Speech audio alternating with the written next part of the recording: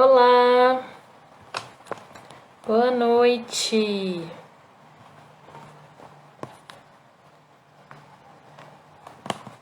Boa noite, galera. Magda, pega água pra mim, por favor. Pega água pra... Pode abrir. E aí, pessoal? Como estamos? Tudo bem? Tudo bom? Fala comigo. Vamos chegando. A gente entrou um pouquinho atrasada. Atrasados. Eu entrei atrasada? Boa noite, Bruno. E hoje a gente vai conversar com a Érica Procópio, que é médica veterinária do CETAS, nosso grande parceiro. Então sejam bem-vindos a mais um Vai Tá com Vida. Vai ser super legal, vamos esperar a galera chegar. Me conta aí como é que vocês estão. Todo mundo ainda quarentenado. Obrigada, minha assistente de palco.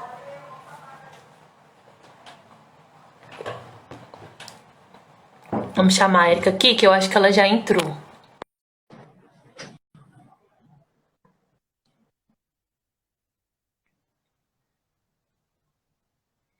Gente, manda pra galera. Tem um aviãozinho aí embaixo. Oi, Eriquita! Oi, Tudo bem? tudo? Como está a vida? Tô Sem tantos bem. voluntários. Desculpa o atraso, estamos resolvendo coisas de setas, que não tem hora para chegar. Gente, setas é essa loucura. No dia que a gente conseguir fazer uma reunião lá direto, vai ser uma vitória.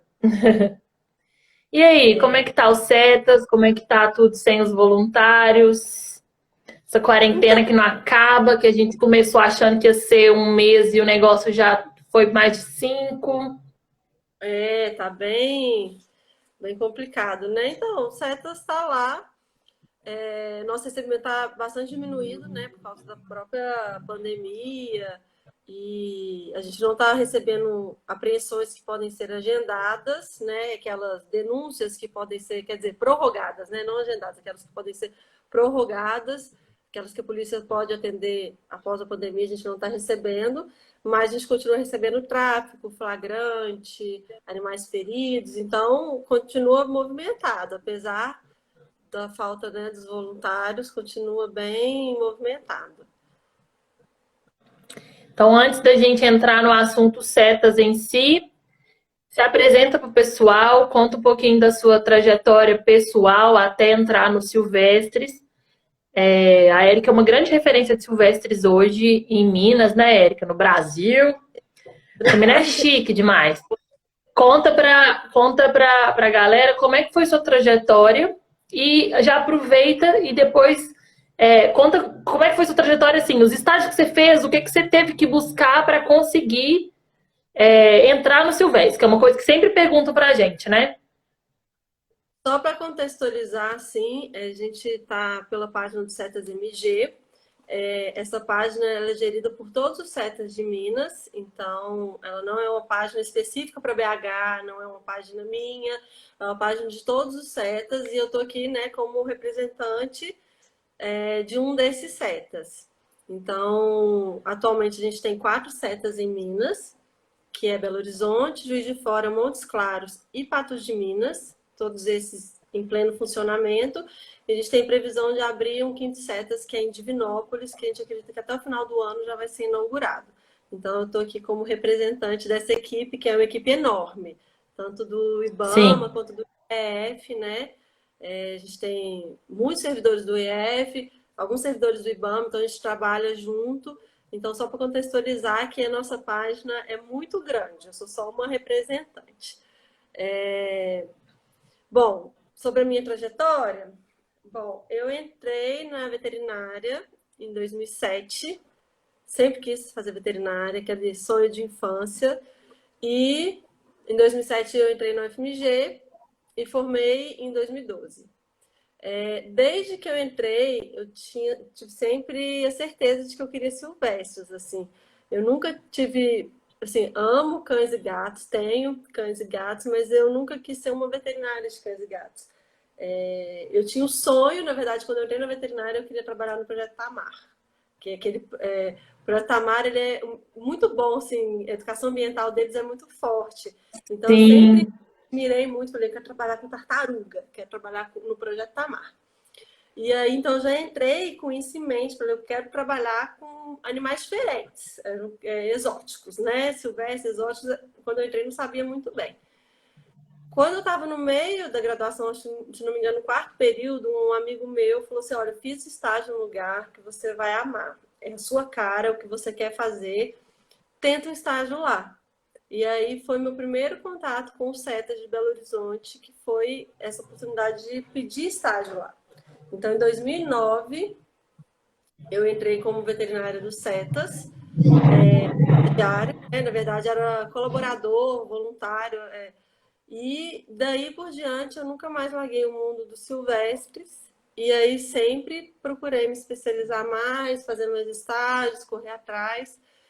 Formei em 2012, quando foi em 2013 eu passei num processo seletivo para o Instituto Estadual de Florestas, que é o IEF aqui em Minas, e em 2014 eu passei no concurso público do IEF, e desde então estou dentro do CETAS, assim. Quando eu pisei no CETAS, eu falei, meu sonho é trabalhar aqui, e já tem 10 anos que eu estou lá dentro e passei por voluntário, estagiária, colaboradora, contrato e servidor público. Então, é uma. Cecília, ela é tão te zoando aí, você tá vendo? Falando que você era Não, um não. bebezinho quando você chegou. É, continua, Karina. Pois é. Essa trajetória sua, Érica, eu queria que você falasse assim, tudo mesmo, os estágios que você fez, porque eu acho que é muito interessante para quem quer entrar para a área de silvestres. As pessoas ficam muito perdidas, porque realmente não é uma área que é muito difundida. Nem mesmo na biologia, que é mais comum a gente trabalhar com silvestres, essa parte da conservação mesmo. Eu, por exemplo, nunca tinha, nem na minha faculdade eu nem escutei falar de setas, para você ter uma ideia. Então, é Uhum. uma coisa nova, né? Então, quem quer mesmo trabalhar com silvestres tem que seguir o exemplo da Érica e procurar já estágios, fazer trabalho voluntário, onde tem vagas disponíveis. Depois a gente vai contar sobre o trabalho voluntário no Aitai e no CETAS, que é em parceria. Mas é bom que vocês já vão procurando meios, né, de se aprimorar nesse meio, porque não é um meio realmente conhecido. Tudo no Silvestre é muito novo, assim, né? Relativamente muito novo. É, eu quando entrei na veterinária já tinha esse foco de querer silvestres, né? Já pensei, fazer, eu quero trabalhar com silvestres. Então, antes de entrar no CETAS, de conhecer os CETAS, eu comecei uma iniciação científica com era com genética, né? Era genética mas de animais silvestres. Então, era nessa parte mais de genética e era laboratório, era bancada, microscópio e foi meu primeiro contato assim com iniciação científica, meu primeiro estágio. Eu era cru de tudo, não sabia fazer praticamente nada de laboratório, aprendi muita coisa lá. E aí, quando surgiu a oportunidade de estagiar no CETAS, eu saí desse estágio com citogenética que eu fazia. E aí saí para trabalhar no CETAS, para fazer esse voluntariado no CETAS. E então, assim, eu já tinha em mente, eu quero trabalhar com silvestres, então onde eu sabia que tinha alguma coisa de silvestres, eu ia. Depois, quando eu estava no CETAS, surgiu uma oportunidade de iniciação científica também com o quelônios, era um projeto de nutrição de tigres d'água, eu quero fazer também. Então, fiz essa iniciação científica junto com os CETAS e fiz estágios de férias. Alguns colegas comentaram de um centro de reabilitação de animais silvestres do Mato Grosso do Sul, que era um lugar super legal, que chegavam animais diferentes, que eu ia gostar muito, e aí eu corri atrás, liguei, pedi estágio, e fiz estágio de férias nesse lugar, que eu aprendi muito, sou muito grata às pessoas que me receberam lá. E aí, mas sempre continuando aqui em BH, até depois eu passei por estagiário bolsista sempre foi minha paixão, assim. E aí, quando surgiu essa oportunidade de trabalhar dentro do CETES, eu falei, é isso que eu quero, é um lugar que eu sempre quis trabalhar, que eu me identifico muito. E graças a Deus passei no concurso que me permitiu isso, processo seletivo e um concurso.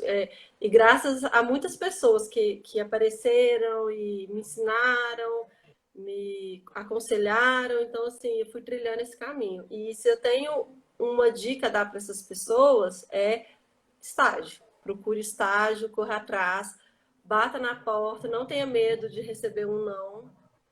Quando eu fui pedir estágio em Belo Horizonte, foi assim, falei, onde fica o setor tal? Com quem eu falo? E bati na porta, falei, eu tô aqui, eu queria um estágio.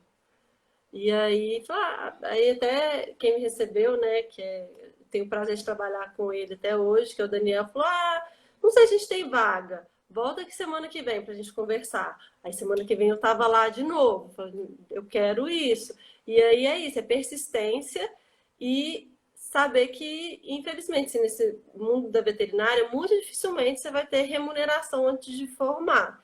Então, é aceitar isso, fazer suas reservas financeiras. Eu sei que para muita gente é muito complicado ter grana tal para bancar isso tudo, mas trabalhe outras coisas, junta seu dinheirinho para você investir em você mesmo, que isso é um investimento. Você aproveitar a sua graduação para fazer os estágios, para usufruir do que a graduação te proporciona, para quando você formar, você conhecer pessoas, conhecer lugares, e aí fica mais fácil de você entrar no mercado.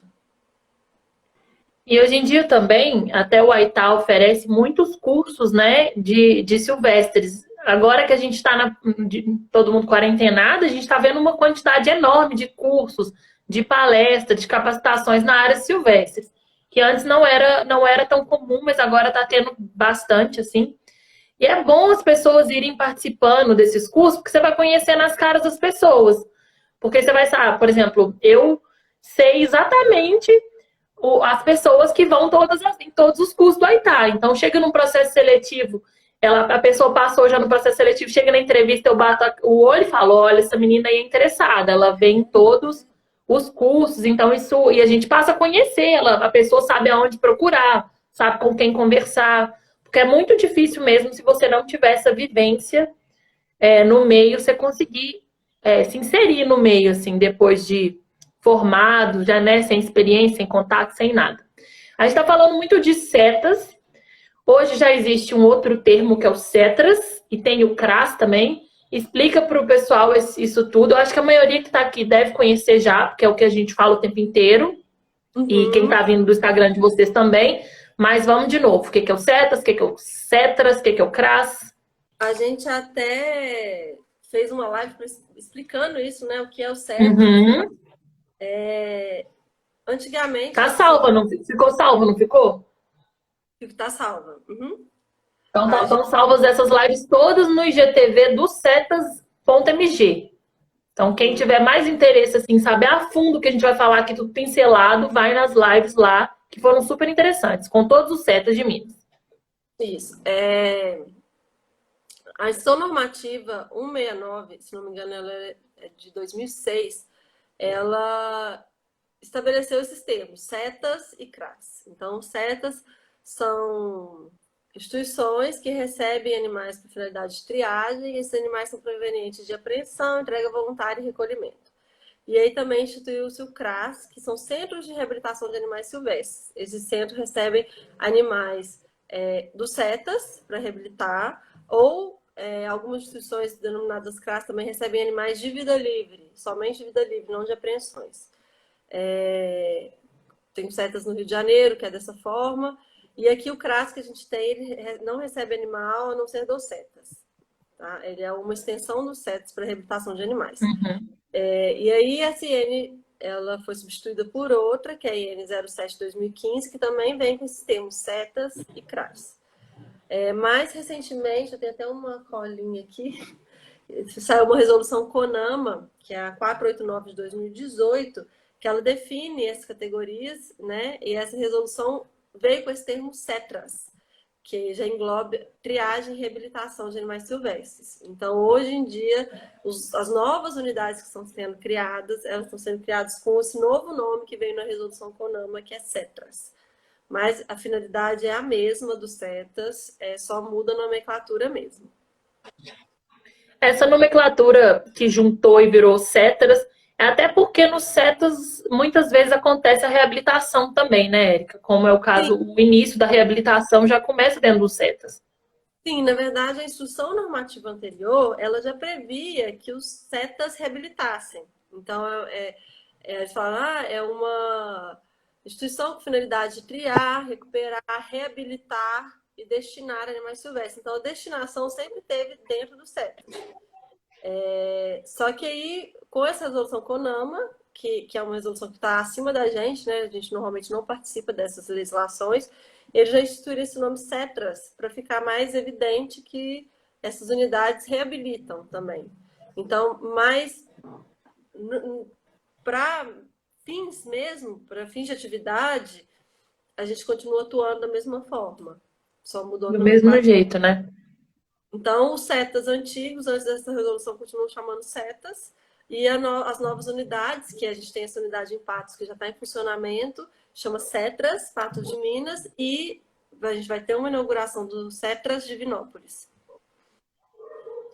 E o objetivo dessas instituições, né, do CETAS, é reabilitar, receber esses animais, né, a maioria deles vítimas de tráfico, só que também tem outros tipos de recebimento que você vai explicar, e destinar esses animais, né? Então, explica esses tipos de recebimento, Tá. Os quais, recebimentos quais CETAs, são. eles ocorrem de três formas, né? Ou apreensão, ou entrega voluntária, ou recolhimento. A apreensão, normalmente, um animal que estava com, ou uma pessoa que estava com um animal de origem ilegal na sua residência, que é a posse doméstica ilegal. Então, aquela pessoa que tem um papagaio, um passarinho de origem ilegal. E as apreensões de tráfico, que provavelmente diz aquelas grandes apreensões de carros cheios de papagaio, cheios de passarinho, animais em caixa de correio. Então, essas são propriamente de tráfico e as outras são de guarda doméstica legal, que pode ser que aquele animal seja proveniente de tráfico, mas pode ser que a pessoa tenha retirado esse animal da natureza também. O recolhimento são animais silvestres em conflito com as pessoas, ou conflito com o ambiente urbano, ou conflito com pessoas, então atropelamentos, choques em rede elétrica, animais feridos por linha de cerol, ou então um animal que Que é um entra. problema que está acontecendo muito agora com os animais, né, Érica? Está acontecendo muito e a gente está recebendo, inclusive, espécies ameaçadas de extinção com a asa dilacerada por cerol. Então, Ah, você deu uma. A internet ficou meio estranha. Peraí. Gente, vocês estão me vendo normal? Ou a Érica tá meio travada? Ou tá todo mundo travado? Obrigada. eu te Marta, vejo conta normal. pra gente. Você tá travando pra mim. Vamos ver o que o Marco fala. Posso tentar mudar. Acho que agora tá melhor, eu acho. A Érica travou. Vamos esperar ela voltar. A internet tá meio ruinzinha. Oi. Voltou? Voltei? Voltou. Voltou. Voltei? Tá me Tá. escutando? Sim. E esses são os animais recolhidos, né? Ou simplesmente animais que entram na casa das pessoas e geram aquele conflito momentâneo, tipo, tem um gambá da minha casa. E aí a pessoa solicita o recolhimento daquele animal, então eles têm situações de conflitos com a fauna. E entrega voluntária são aquelas pessoas que detinham o animal, e seja ilegalmente ou legalmente, e desejam entregar espontaneamente ao órgão ambiental. E essa entrega não é penalizada, a pessoa tem todos os incentivos para entregar esse animal e nada vai acontecer com ela. É uma forma dela se regularizar, né? Isso. Então, gente, quem tem bicho aí legal, já fica a dica. Agora na quarentena, o recomendado é esperar mais um pouquinho, né, Érica, para fazer essa entrega, A gente recomenda que as porque a pessoas não se equipe está exponham. toda reduzida. E para as pessoas não se exporem também, né? A gente recomenda que a pessoa fique em Uhum, casa. Então, se ela uhum, tem animal há muito tempo, espera um pouquinho, espera a quarentena passar e depois entrega normalmente. Mas se for uma situação que a pessoa não tem como esperar, que ela tem que entregar esse animal, ou um animal ferido, a gente está recebendo normalmente. Situações de tráfico também estamos uhum. recebendo. Já respondendo uma dúvida que todo mundo pergunta, quem tem um animal ilegal dentro de casa, não existe a possibilidade de legalizar esse animal. Então, Não. se você tem um animal ilegal, você tem a opção de devolver esse animal de forma voluntária, não vai ser penalizado, mas legalizar esse animal não existe essa possibilidade. O Setas de Belo Horizonte, Érica, ele está entre um dos que mais recebe, né? Ele está no par a par com os que mais recebem do Brasil, né? Sim, sim. A gente não tem, a gente tem dados dos setas do IBAMA e a gente tem dados de alguns setas estaduais também, que a gente tem contato com as pessoas nos fornecem os dados, mas o que a gente sabe que pelo histórico dos setas BH, a gente está entre um dos setas que mais recebem. No ano de 2009, a gente recebeu 16 mil animais. 2017 a gente recebeu acho que quase 8 mil animais. Então a gente está no topo, assim. Nos últimos anos a gente teve alguns problemas administrativos, muitos filhotes, então para conseguir atender a demanda dos filhotes, muitas vezes a gente tem que interromper um pouco o recebimento, mas isso impacta no número, né, de animais recebidos, mas a gente recebe muitos animais. Muitos. Aproveitando aí que você falou dos filhotes, vamos pegar um exemplo dos papagaios, que foi um exemplo clássico, só para o pessoal entender antes. O Aitá trabalha em parceria com os Setas de Belo Horizonte. Então, a equipe do Aitá tem uma grande equipe de voluntários que atua lá dentro. Então, várias vezes a gente vai falar nós e vai parecer que a gente está na mesma coisa, porque a gente realmente trabalha juntas. Então, ano passado, que foi uma experiência que a gente teve, assim, que foi muito chocante, foi dos quase 800 ou mais, né? Filhotes de É, psitacídeos, a maioria papagaios, que foram recebidos em menos de 2 meses, todos eles vítimas de tráfico. Aí, para as pessoas que perguntam o que vocês fazem com esses filhotes, qual que é o procedimento ali dentro, vamos explicar o passo a passo do que acontece desde a hora que o filhote chega lá até na hora que esse filhote é destinado. todos os animais que chegam são avaliados, né? E aí são encaminhados dentro do CES de acordo com as necessidades. Então, se são filhotes, são animais que chegam mais debilitados, que precisam de um aquecimento, precisam de uma alimentação de suporte, esses animais são encaminhados para a sala de filhotes para receber essa alimentação, esse aquecimento. Então, tem que ser tudo muito rápido, são animais que estão há dias sendo transportados nas condições mais precárias possíveis. Então, a gente começa esse trabalho intensivo para recuperar o animal. Então, são semanas e até meses dando papinha. Aí, depois a gente ensina o animal a comer sozinho, ensina o animal a voar e vai fazendo isso até a gente conseguir reabilitar e soltar o animal em ambiente natural. Com animais adultos já é um pouco diferente, que são animais que já não precisam de todo esse cuidado dos filhotes, então a gente avalia e, de acordo com a avaliação, o animal ou vai ser recuperado ou vai já passar por processo de reabilitação. Nosso objetivo é sempre a soltura. A gente acredita que a natureza é o melhor lugar para os animais, então a gente trabalha em prol da reabilitação e soltura dos animais. Para aqueles que não podem ser soltos, aí tem as categorias, né, de uso e manejo de fauna e cativeiro, que os animais podem ser encaminhados para criatórios científicos, criatórios de conservação, zoológicos, mantenedores de fauna. Então, esses animais podem ser encaminhados. Mas essa destinação ela é muito pequena comparada ao número de animais que a gente recebe. Então, a nossa maior destinação é a soltura. a soltura mesmo dos animais silvestres, né? E todo esse processo, gente, ele é muito trabalhoso, né? Exige uma equipe grande, exige muita dedicação da equipe dos médicos veterinários, dos biólogos, e é um processo árduo, mas a equipe toda se sente muito gratificada quando esse animal é solto. Então, assim, a gente trabalha muito duro para que esses animais sejam soltos, para que eles voltem para a natureza, porque é isso que a gente preza, assim, e acredita, igual a Erika falou, né? Acredita que é o melhor. Tem alguém perguntando se eles podem ser encaminhados a criatórios comerciais. O Bernard, a T. Bernardes, TJ Bernardes. Sim, criatório comercial é uma das categorias de uso e manejo de fauna e cativeiro, mas a gente preconiza sempre a soltura. Os animais que vão ser encaminhados para criatório são animais que não têm condições de serem soltos.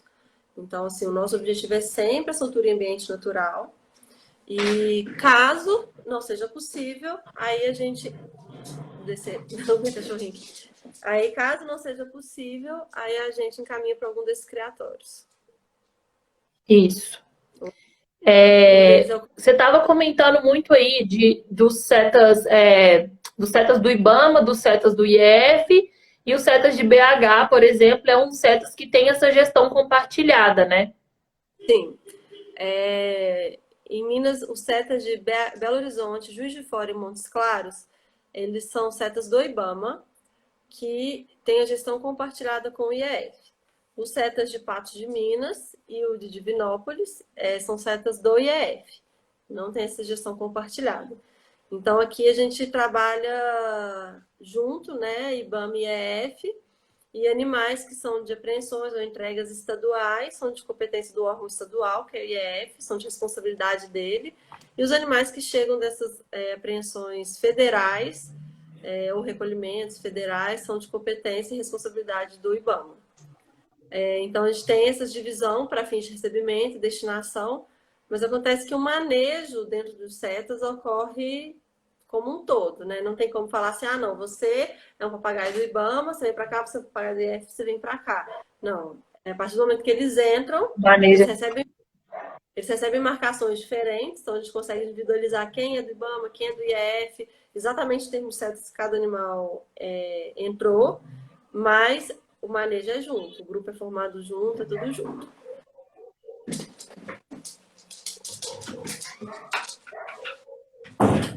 Desculpa. Fui abrir a porta para abrir a cachorrinha. Era o gato ou a cachorrinha? Cachorrinha. Querendo sair. Essa latinha aqui é trabalhar nossa live. Aí a gente estava comentando que o Aitá tem essa parceria com setas. A Érica sabe até falar melhor do que eu, que estou na presidência agora, como é que surgiu o Aitá, né, Érica? Porque o Aitá surgiu dentro do Setas de Belo Horizonte, na mesma época que você era voluntária na época também, ou você já estava estagiando? Como é que era? Eu era voluntária na época também. Me lembro das inúmeras reuniões, mas não faço parte da equipe que fundou o Aitá, mas lembro de muita coisa.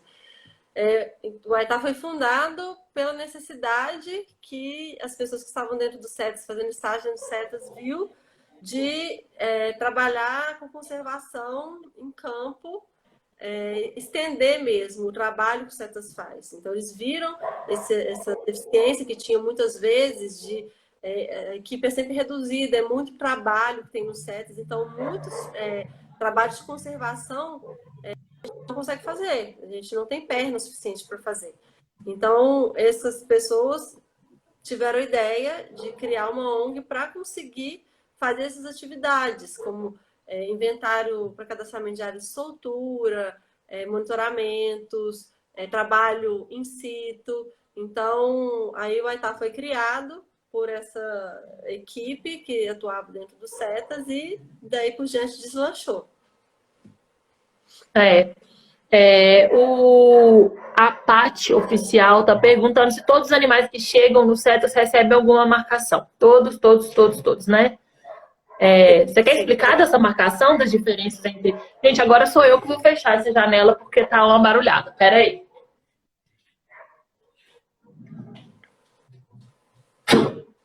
Pronto, hoje tá demais. Agora os cachorros latindo aqui do vizinho. Explica É, dessas marcações aí.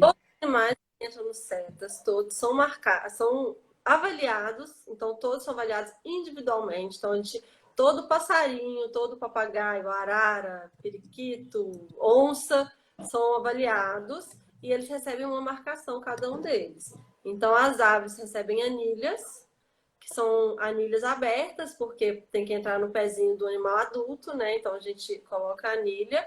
E os mamíferos e os répteis recebem microchips. Então, com isso, a gente consegue rastrear todo animal que entra no CETAS. Érica, tá dando Sim. uma travada. Gente, será que a minha internet está ruim? Eu te vejo, Pra mim, desculpa. a sua imagem tá embaçada e tá dando uma picotada na voz. Mas, gente, vocês estão escutando? Porque eu tô conseguindo entender. A Aninha tá comentando aqui. Quem que foi? A Carol, Caroline. Eu... Anília Mica. Caroline é do Cetas também?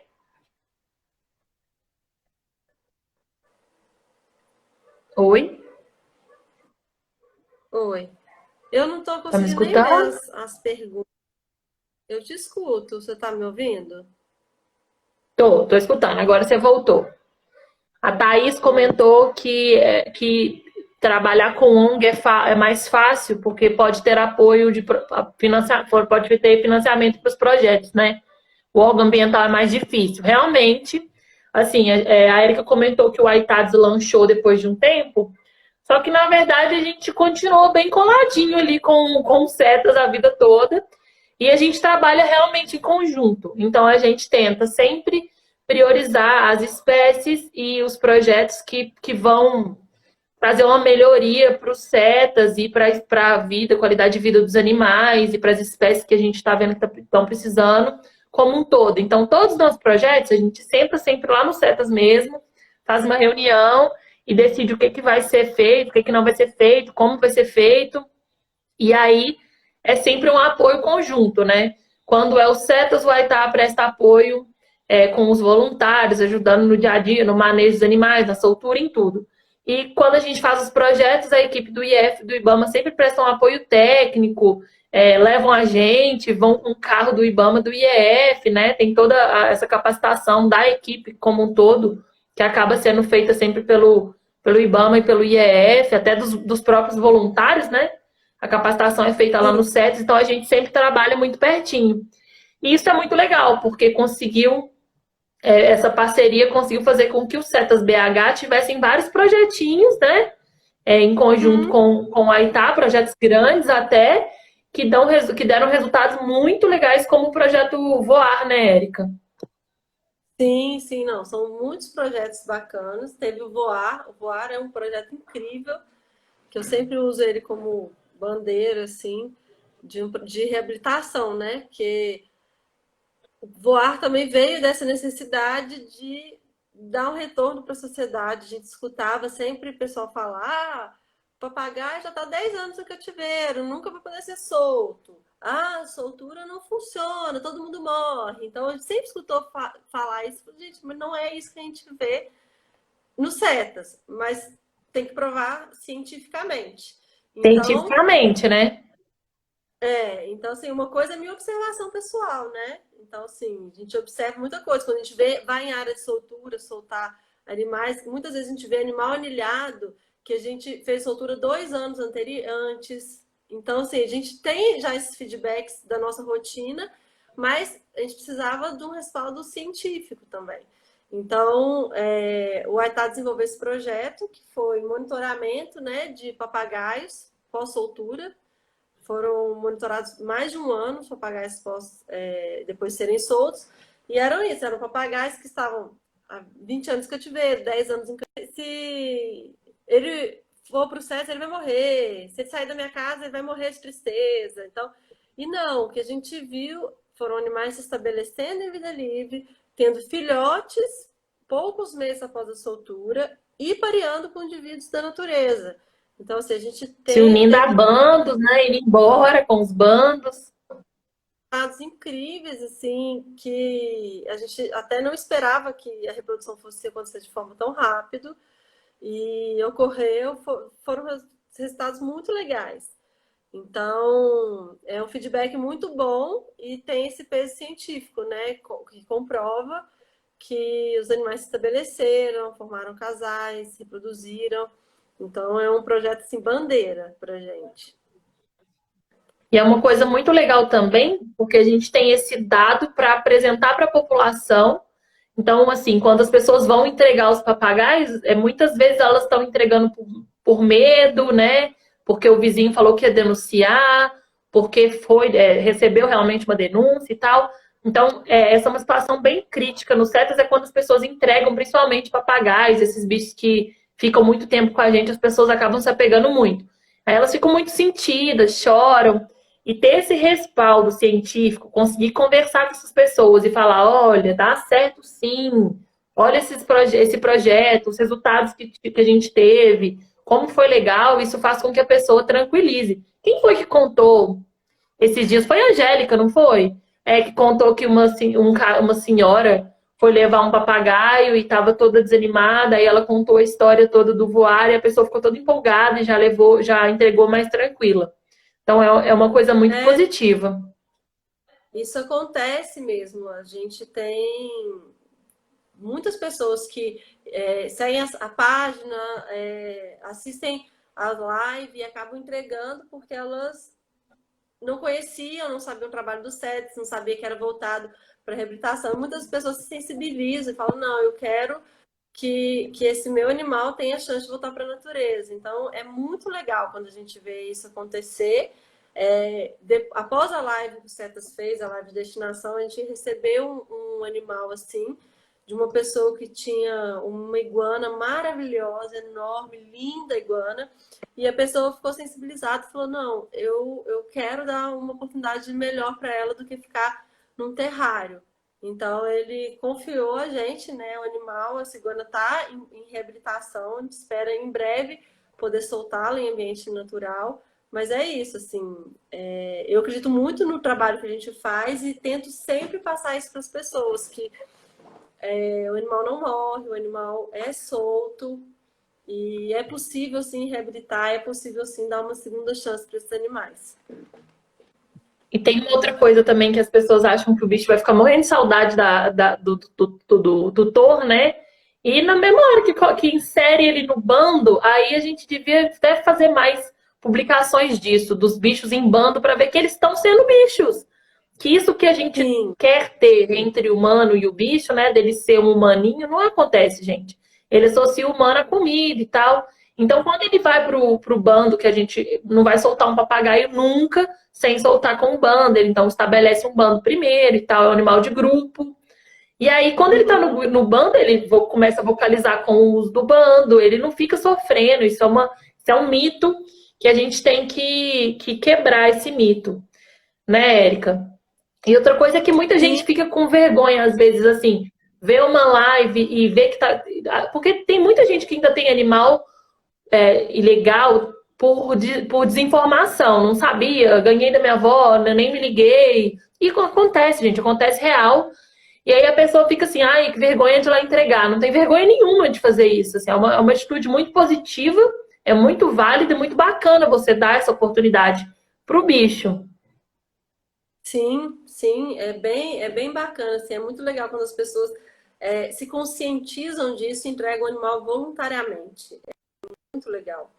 A gente já teve situações, né, da pessoa ter o animal apreendido, entrar na justiça, querer ter o animal de volta e o animal não identificar a pessoa mais. Então, assim, e nem a pessoa, às vezes, conseguir identificar o animal. Fala, não, isso aqui não é minha arara, isso aqui não é meu papagaio, porque o animal ele tem esse reconhecimento de espécie.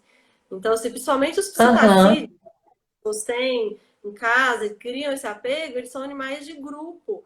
Então, você tira um animal de grupo que estaria lá com 40 outros indivíduos, você tira ele daquele grupo e coloca dentro de uma gaiola na sua casa e ele reconhece você como o único parceiro que ele tem. A partir do momento que você coloca ele num outro no grupo, um pequeno grupo com outros indivíduos da mesma espécie, eles têm muito reconhecimento. Teve situações de animais que estavam na quarentena, em gaiolas separadas, fugirem da gaiola para ficar próximo a outro da mesma espécie, porque na própria quarentena, em gaiolas separadas, eles já estavam pareando. Então, assim, a gente já teve casos de papagaios que aprendem a abrir a gaiola e vai para ficar junto pertinho da gaiola do outro. Então, eles têm esse reconhecimento de espécie, sabe? Isso é muito legal. Duas perguntas que o pessoal fez antes que eu me perca. A primeira é sobre a ação dos zootecnistas dentro dos CETAS, se existe essa atuação de zootecnistas dentro dos CETAS. Tem, né, Érica? E é muito importante, inclusive. Tem sim. A gente, infelizmente, não tem um zootecnista na nossa equipe aqui em Minas. Ixi, eu tô travando muito. Ah, então pera, calma que eu vou Vamos lá, mudar a muita internet. calma nessa hora. Vou tentar mudar a internet, pera aí.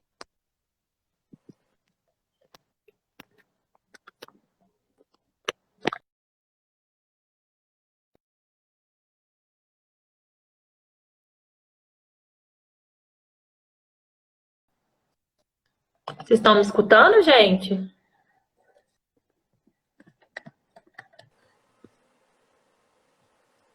Oi?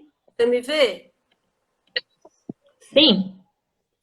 Acho que Tô agora travando, vai dar melhor. tô travando ainda? Não. Não, agora tá tudo certo. Tá, eu troquei Agora meu a celular que tava internet. acabando, a bateria tá tombando aqui. Não, Tá eu tudo troquei a certo. internet. Tá, se travar de novo, você me fala que aí eu tento mudar a internet para ver se fica melhor. Tá. O que a gente tava falando? Esqueci. Esqueci também, gente. O que a gente tava falando, gente? As duas, com as cabeças, né? Peraí, vamos lá. A do zootecnista, dentro do Ah, CETAS. sim, a gente não tem nenhum zootecnista na equipe aqui em Minas, mas a gente já teve zootecnistas que passaram pelo estágio pela gente. E é muito importante, principalmente a parte de dieta, assim, são animais muito diferentes assim, uns dos outros, alimentação muito diversificada na natureza, então eles ajudam muito a gente no estabelecimento dessas dietas, sucedâneos, que são os leites, né, que a gente mesmo produz para os animais. Então a gente criou aqui um guia de alimentação para os animais do CETAS, que foi um trabalho de uma zootecnista, era um estudante de zootecnia que nos ajudou a desenvolver esse material. Então, assim, tem muita atuação, assim, não é só para veterinário e biólogo, tem trabalho sim. E o Gu perguntou qual que é a maior dificuldade na destinação dos animais que não podem ser reabilitados? Faltas de locais para que possam receber? Ah, essa é uma boa pergunta. Sim, a gente tem muita dificuldade de destinação de animais comuns que não podem ser soltos.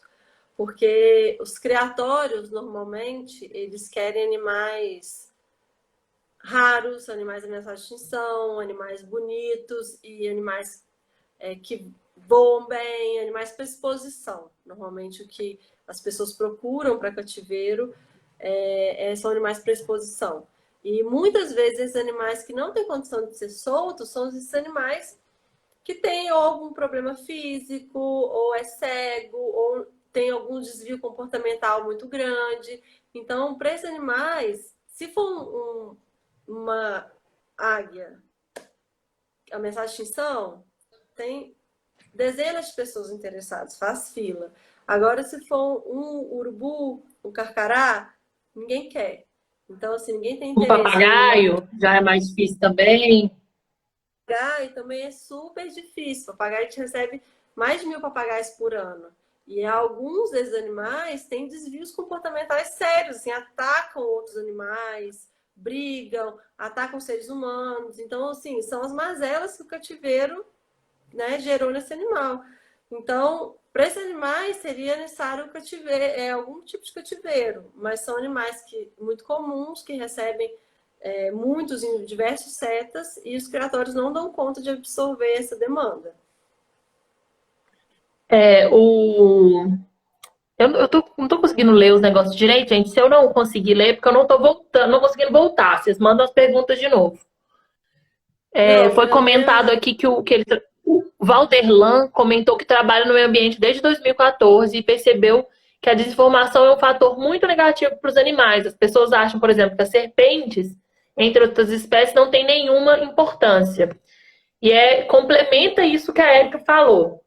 Além de não ter nenhuma importância na cabeça das pessoas, eles não são tão atrativos e bonitinhos, né?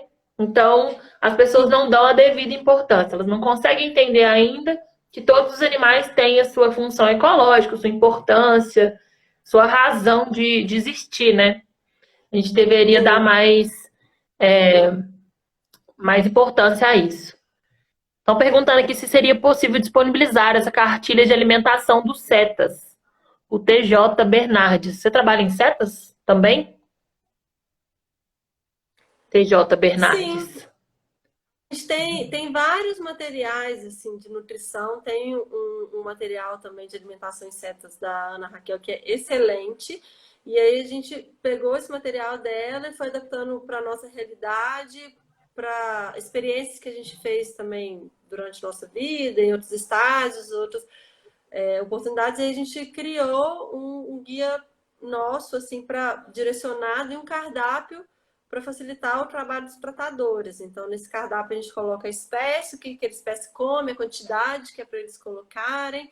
Então, assim, a gente gerou esses materiais. Sim, é possível disponibilizar. Peça para a gente por e-mail. Mas é E importante falar que é um material pode falar, que é um desculpa. material colaborativo.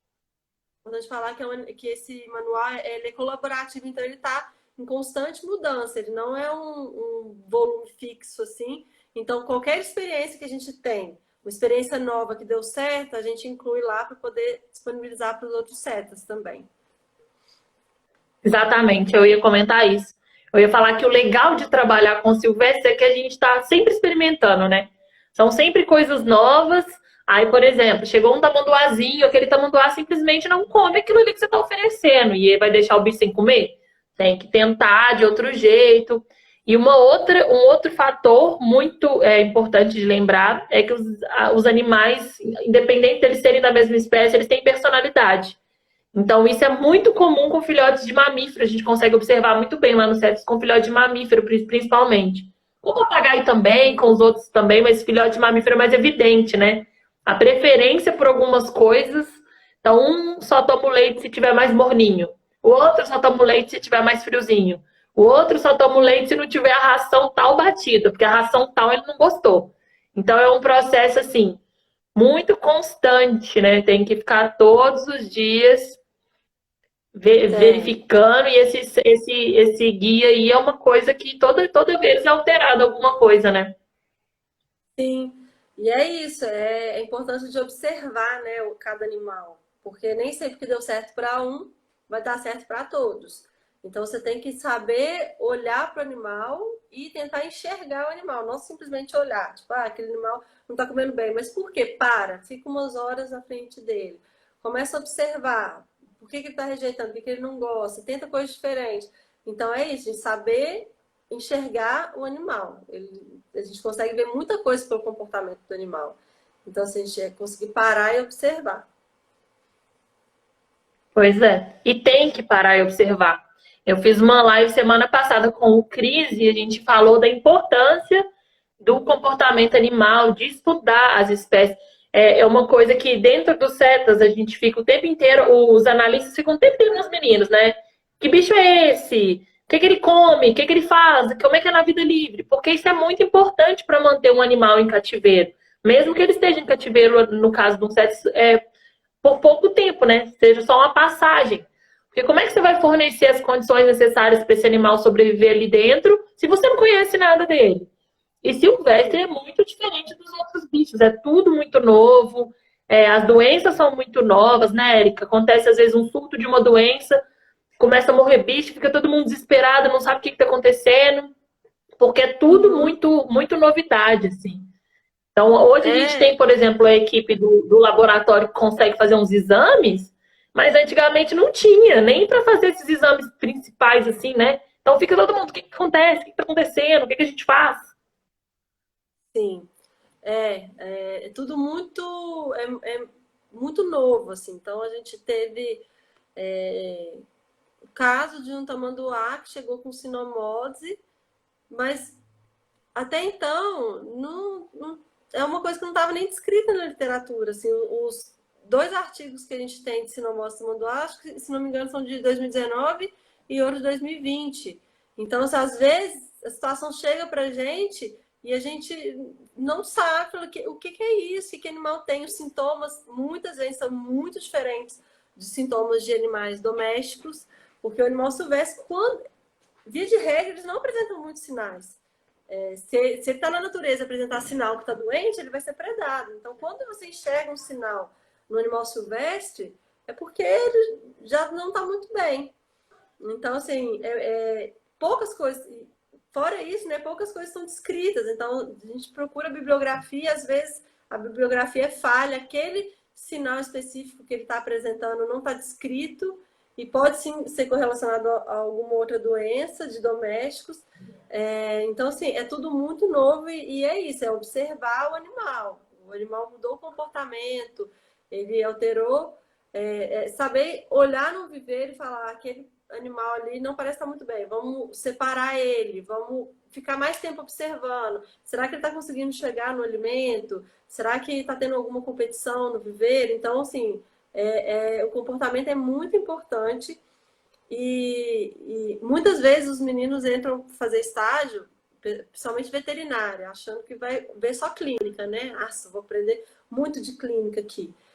E aí eu sempre falo, se Gente, tá travando só pra mim? Vocês estão escutando bem? Pera aí. Vamos lá. Travou de novo. Vocês estão escutando, galera? Fala aí, Érica, pra ver se vai voltar. posso tentar mudar a Ih, internet agora aí. travou. Peraí. Aula da Érica grátis. A Sara falou que tá tendo aula sua grátis. Vocês estão escutando a Érica, ok, também?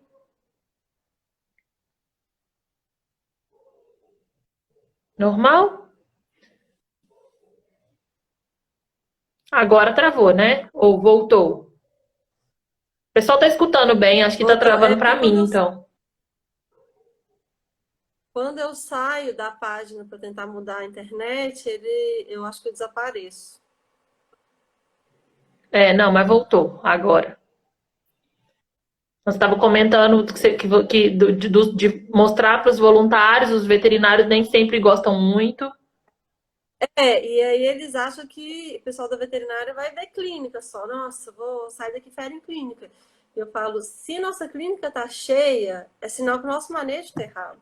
Então a gente está falhando em algum lugar lá atrás. Então a gente tem que focar no manejo, na observação do animal, para não ter casos clínicos. Tudo bem aquele caso clínico que o animal já chegou assim, o animal chegou ferido, chegou machucado e tal. Agora, se a gente está com casos clínicos de animais que já estavam com a gente, é sinal que o nosso manejo não está bom.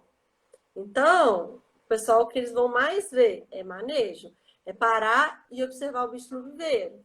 Vai ter gente que fala assim, ó, você para e fica uma hora aqui nesse viveiro observando para ver se tem alguém competindo com os demais. O pessoal não gosta, o estagiário não gosta. Tipo assim, eu vim aqui fazer estágio para ficar olhando para o viveiro. Você ficou para aprender comportamento, aprender a ler o que o animal está te dizendo. Sim. A gente sempre comenta que, para quem não sabe também, o processo seletivo para fazer estágio dentro do CETES de Belo Horizonte, ele é feito através do AITá.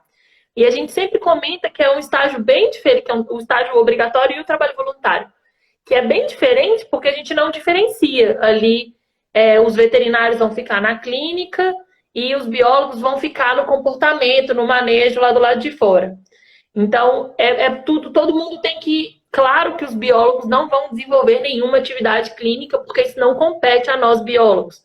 Mas compete aos médicos veterinários, aos estudantes da medicina veterinária, trabalhar com comportamento, Então, eles têm que fazer parte do manejo, eles vão para o enriquecimento ambiental, eles vão para a limpeza de alguma coisa que precisa, todo mundo roda em tudo e é considerado equipe de manejo, não equipe da medicina veterinária, equipe da biologia. É diferente de vários outros lugares que a gente vê. E isso acaba conferindo um aprendizado muito grande para o pessoal. Sim, sim, é fundamental, assim. Eu falo, se a pessoa saiu do CETES, não sabe diferenciar as espécies mais comuns que chegam, você não sabe o nome científico de alguns animais, que a gente sempre procura falar pelo nome científico e tal. O estágio não vale hoje muita coisa, porque você tem que saber, não adianta, você consegue canular uma veia muito bem, você consegue aplicar um antibiótico muito bem, mas você não sabe que aquilo ali é um canarinho, um animal granívoro, que só come grãos, tal, que você não parou para observar o animal, você não parou, não passou por outras etapas do manejo, você nunca alimentou um animal desse, aí vai chegar para você, depois de formado, você vai querer dar só fruta para um animal que é granívoro, porque você não aprendeu mais. Exatamente. Então, assim, a medicina veterinária, porque a biologia já está muito nisso, o pessoal da biologia já aprende a importância do manejo, da identificação de espécies. Então, para os biólogos, a gente não tem que direcionar muito assim, mas para o veterinário, eles acham que o veterinário é só clínica, e não é. Veterinário é manejo, é comportamento, é conhecer cada espécie, é picar alimentos para cada animal, que aí você vai saber o que come, o que não come. Até o trocar o jornal é importante, porque você vai saber a diferença de umas fezes normais para umas fezes diarreicas, entendeu? Então você, Uhum. pequenas coisas, você vai aprendendo o que é um padrão, o que está fora do padrão. Exatamente. Érica, eu vou encerrar a live rapidinho, a gente volta. E porque senão vai cair. Aí só me ajuda Sim. com algumas perguntas aqui para eu não esquecer. A Érica tá perguntando se os principais animais, a Magda tá perguntando se os principais animais recebidos são semelhantes entre os cetas, se a realidade e as dificuldades são as mesmas entre os cetas. É legal a gente lembrar disso. E cadê? Deixa eu ver o que mais. Sobre anfíbios, se o CETAS recebe anfíbios e como trocar mantenedouro para criatório conservacionista. Vou tentar lembrar essas três e a gente volta aqui. E aí, pergunta de novo se a gente esquecer, ou se passou alguma, tá? Beleza. Então, vou encerrar aqui.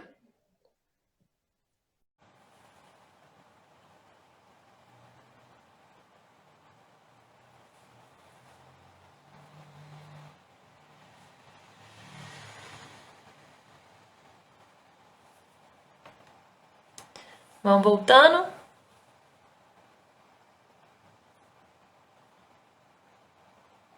Oi, Thalia. Esperar a Erika entrar aqui de novo. Oi, Yuri.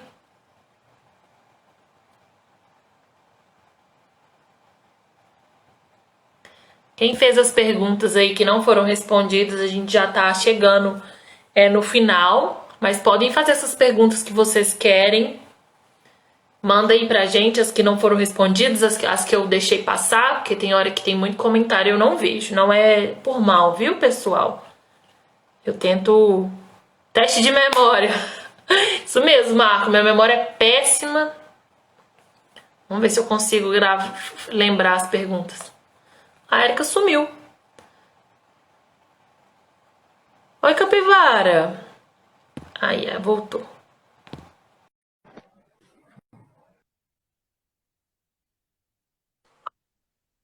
Voltamos. Agora ficou boa a internet. Então, antes estava ruim para mim também, porque as mensagens não estavam atualizando, sabe? Agora. Fala de novo. Deixa eu ver se melhorou. Eu falei que antes as mensagens que as pessoas mandaram não estavam atualizando para mim. Agora parece que já tá melhorzinho. Nossa, tem milhões de mensagens, muita gente falando.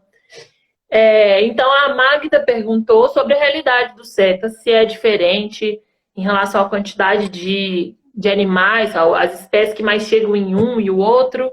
Eu acredito que isso, quer dizer, eu tenho certeza que é, né? Explica para o pessoal por que que é diferente.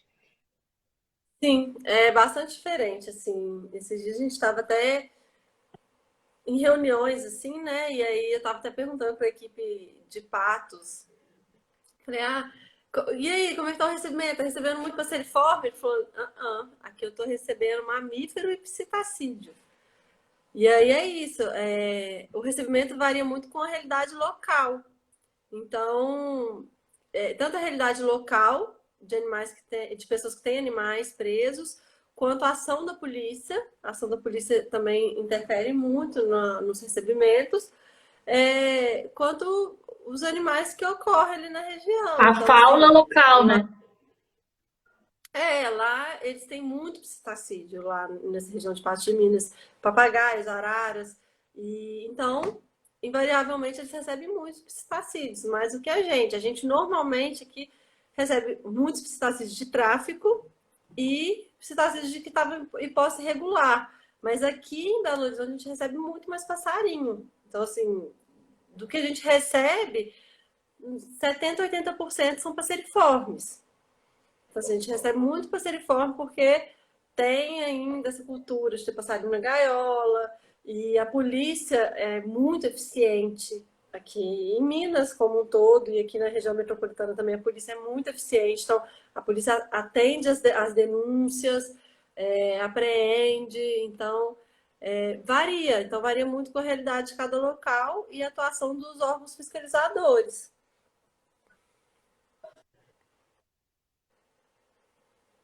Oi, travou de E aí, novo? eu Tá escutando? acabei de. Eu tô. Tá me vendo? Tô te Tá me ouvindo? escutando. Tá dando uma travada em você, mas eu tô escutando. Essa internet tá difícil. A Sara até falou que em Juiz de Fora eles recebem muitos passeriformes e maritacas. Então, maritaca aqui também, a gente recebe bastante maritaca. Então, é isso, é a Maritaca realidade de tem em tudo cada. quanto é canto, né? Sim. Até dentro da cidade, de E vez em quando além eu do que vejo banho. as estruturas dos setas também altera. A estrutura dos setas, a localidade dos setas, isso altera também, né? A realidade, o dia a dia de cada um desses setas, né? Sim, sim. Os setas de Patos de Minas, como sabia-se que ia ter bastante mamíferos, tem mais viveiros de mamíferos. Então, é tudo pensado assim, de acordo com estimativa de recebimento e a realidade de cada local. Então, assim, para a gente aqui, a gente sabe que o nosso é muita ave. Então, o que a gente precisa muito são viveiros de aves. Então, a Aham. gente já tem a realidade nossa. A outra pergunta era se era possível trocar o mantenedor, eu não lembro o nome, alguma coisa paciência. Tem um mantenedouro e ele tá querendo. Como é que é? Recanto da Virar conservador. paciência? Oi? Isso. Tá querendo virar conservacionista, se é possível. Qual o processo? Sim. Então, até pouco tempo atrás, o conservacionista não existia mais.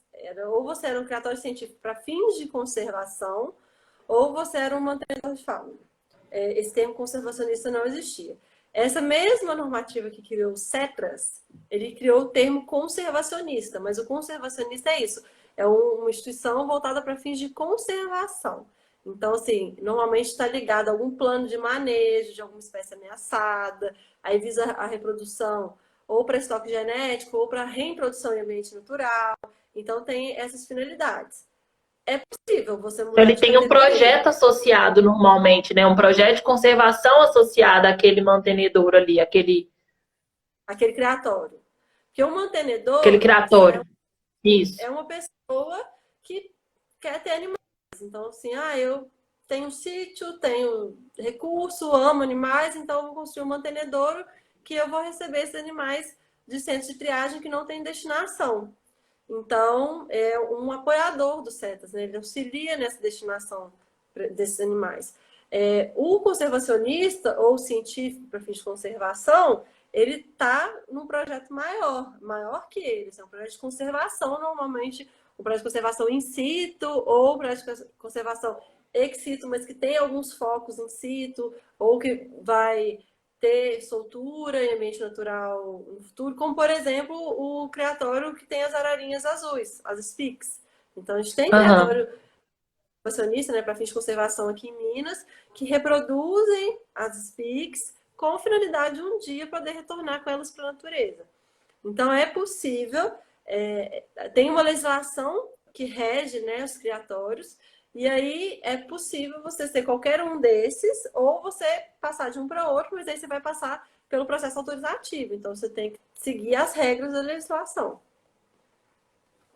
Exatamente. E a última pergunta era se no CETAS recebe anfíbios. O CETAS recebe animais silvestres de todos os grupos, ou seja, se tiver anfíbios para receber, recebe. Mas é muito menos comum, né? Sim, é menos comum, mas já ocorreu. Então, já teve uma As grande apreensão de rãs. anfíbios. Às vezes a gente recebe rãs africanas, mas já teve uma apreensão grande, assim mesmo, que a pessoa traficava, não sei a história, e tinha muitos anfíbios muito diferentes, coloridinhos e tal. Muitos deles foram recebidos por zoológicos. Então, que eram espécies assim, que não ocorriam aqui na região, alguns até, se não me engano, exóticos ou amazônicos. Então, mas recebe, mas é bem menos comum. Já teve apreensão de Ele está aranhas. perguntando quais os mais comuns. Não é comum. Então, qualquer anfíbio que chegar não vai ser comum, né? Eu acho que Não, o tempo todo que eu tô lá, eu só vi as rãs, né? já tem essa apreensão que teve. Nossa, deve ter uns anos aí, uns 9 anos, 8 anos. É, tem mais tempo. Gente, para finalizar a live, que a gente já passou do tempo também, se vocês quiserem fazer mais alguma pergunta, manda aí que ainda dá tempo. Mas a gente vai contar como que faz para fazer o trabalho voluntário, para atuar com a gente e para ser estagiário. O Aitá recebe voluntários e estagiários obrigatórios, porque a gente tem convênio com as universidades de Belo Horizonte, a princípio. E aí, esse processo seletivo a gente faz em conjunto também, porque a atuação é dentro do CETAS de Belo Horizonte. A gente abre vaga todos os semestres, divulga nas redes sociais do CETAS de Belo Horizonte, do CETAS MG, divulga nas redes sociais do Aitá, no site do Aitá, e tem todo um processo seletivo super criterioso, porque ainda bem tem muita gente interessada, né, Érica? Tem vezes que a gente tem 500 currículos, muitos currículos, assim. A gente fica até impressionada, às vezes, com a quantidade de currículo que a gente recebe. Sim, tem muita gente interessada. Atualmente, não estamos aceitando, né? Por conta da pandemia. Então, nossas atividades estão reduzidas. Muitas da nossa equipe estão em teletrabalho. Então, as coisas estão diferentes em tudo, né? O mundo está diferente e nesse período o nosso processo seletivo também está diferente, não está acontecendo. Mas fiquem de olho nas redes sociais que a gente sempre divulga. Exatamente.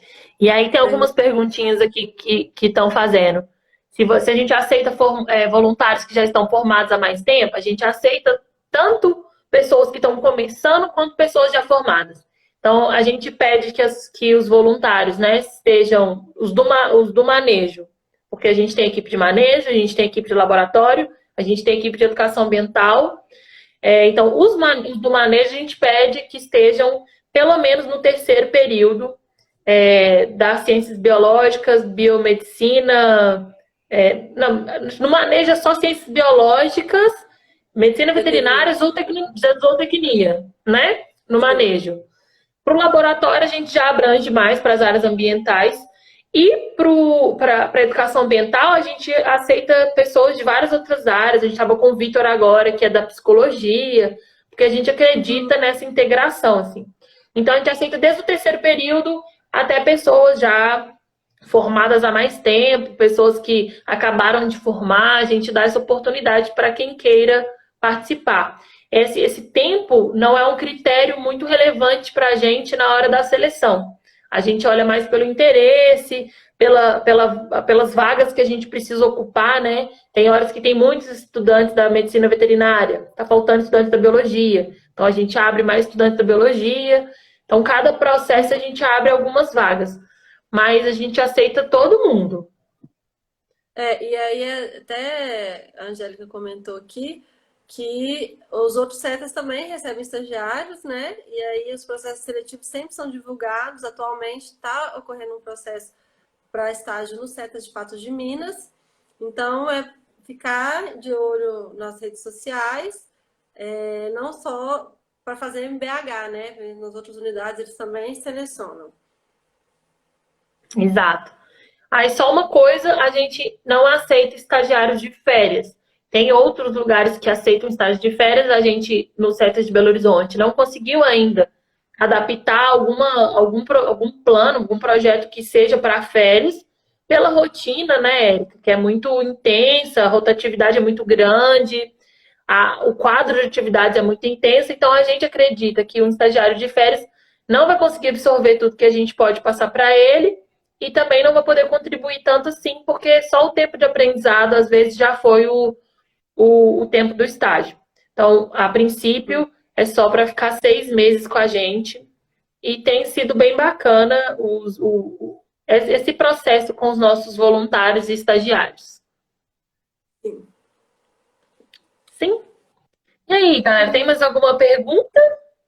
Eu estou com saudade da Érica, gente. A gente não se vê desde antes da quarentena. Março. Se via toda semana, ô Jesus. Mas é isso, Eriquita. Muito obrigada por ter aceitado fazer essa live com a gente. Galera, conheçam o trabalho do CETAS. É um trabalho lindo, maravilhoso. E eu vou deixar aqui um pedido, assim, do fundo do meu coração. Divulguem o trabalho do CETAS, divulguem esses trabalhos que são feitos.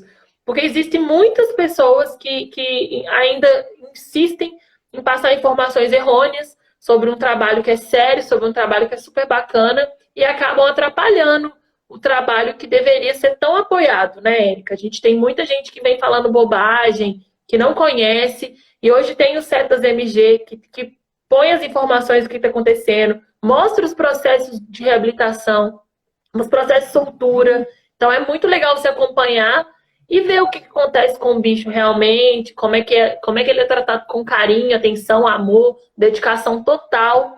Só quem vive isso e quem vê de perto sabe a dedicação das pessoas do CETAS com os animais, assim, questão de bicho doente, levar para casa e ficar de madrugada com o bicho, dando uma madeira, dando sonda. Então, por favor, é um serviço bom para a humanidade a gente divulgar esse trabalho. Não só curtir e tal, mas divulgar mesmo. A gente tem que divulgar mais coisa, além de só piadinha, de vídeo bobo. Tem que divulgar trabalho interessante também. Acaba que as pessoas se apegam muito a notícias ruins, né? Então, quando alguém fala uma coisa ruim, isso já gera uma repercussão e tal. E a gente tem que ver o lado bom, né? Assim, nosso trabalho a gente se empenha muito, a gente tem resultados incríveis e muitas pessoas não conhecem. Então, assim, conheçam, sigam páginas parecidas, tem muita gente boa trabalhando. E é isso. Eu tô vendo que tem um monte de gente dos outros CETAS que estão acompanhando aí. Vocês estão novos, né, com esse processo de voluntário, de estagiário e tal. O que precisarem do AITAD para ajudar nesse processo, pode entrar em contato com a gente, que a gente conversa. Alguma dica, alguma coisa que a gente possa ajudar. O que precisar, nós estamos aqui para auxiliar. E é isso, gente. Muito obrigada a todo mundo. Foi ótimo. Obrigada, Érica. Tô doida para essa pandemia acabar logo, para eu ir ficar com os bichos também. E parabéns, gente, porque os serviços essenciais, né? Então, eles não pararam, eles reduziram a equipe. Os nossos voluntários estão em casa para evitar o contágio, para evitar qualquer problema. Então, eles estão em casa, nós estamos fazendo um trabalho remoto bem legal, de comunicação científica mesmo. Mas a equipe do Setas e os estagiários do Setas estão indo, se revezando, desde que começou a pandemia. Então, por eles, quem puder ficar em casa também. E parabéns pelo trabalho lindo, que você sabe que eu amo de paixão. Ai, nosso trabalho é lindo. E aí eu só tenho a É agradecer, né, mesmo. a Huaitá assim, uma instituição maravilhosa que assim, nos apoia e a gente consegue executar muitas coisas por causa da presença de vocês, que se vocês não tivessem lado a lado com a gente e executando esses projetos paralelos também, tanto dentro do CETES quanto fora do CETES, a gente não conseguiria fazer nem metade do que a gente faz. E aí eu quero agradecer também a toda a nossa equipe do CETES MG, aos colegas que estão nos outros CETAs, alguns estão até aqui seguindo, vendo a gente aqui, mandando comentários. Aham.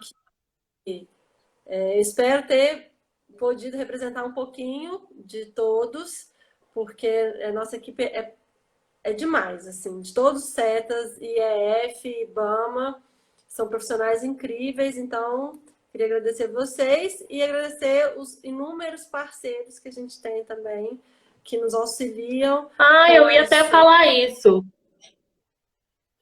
Pode aproveitar esse momento aí, gente, porque nós temos essa parceria, mas não é só nossa. A gente tem, lá no CETAS, tem um monte de parceiro, né, Érica, que são fundamentais. Pode agradece eles aí, que eu esqueci dessa parte.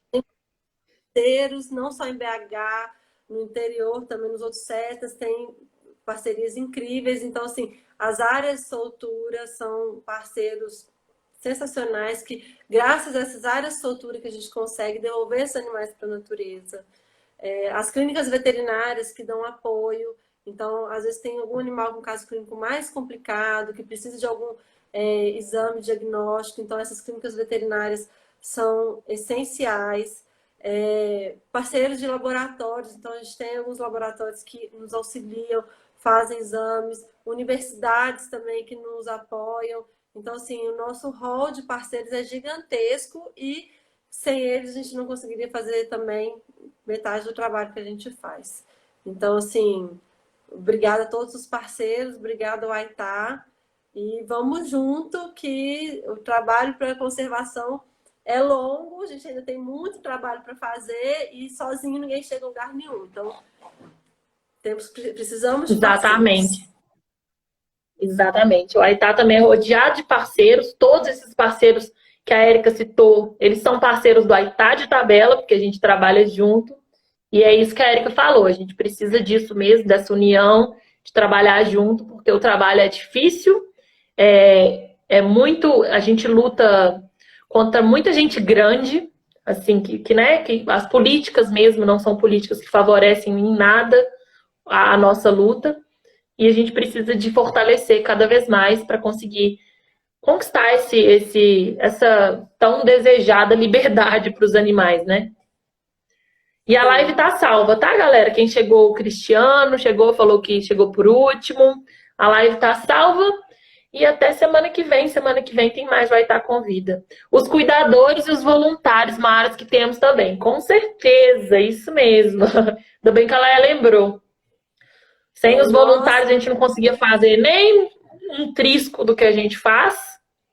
E sem os cuidadores, gente, os cuidadores...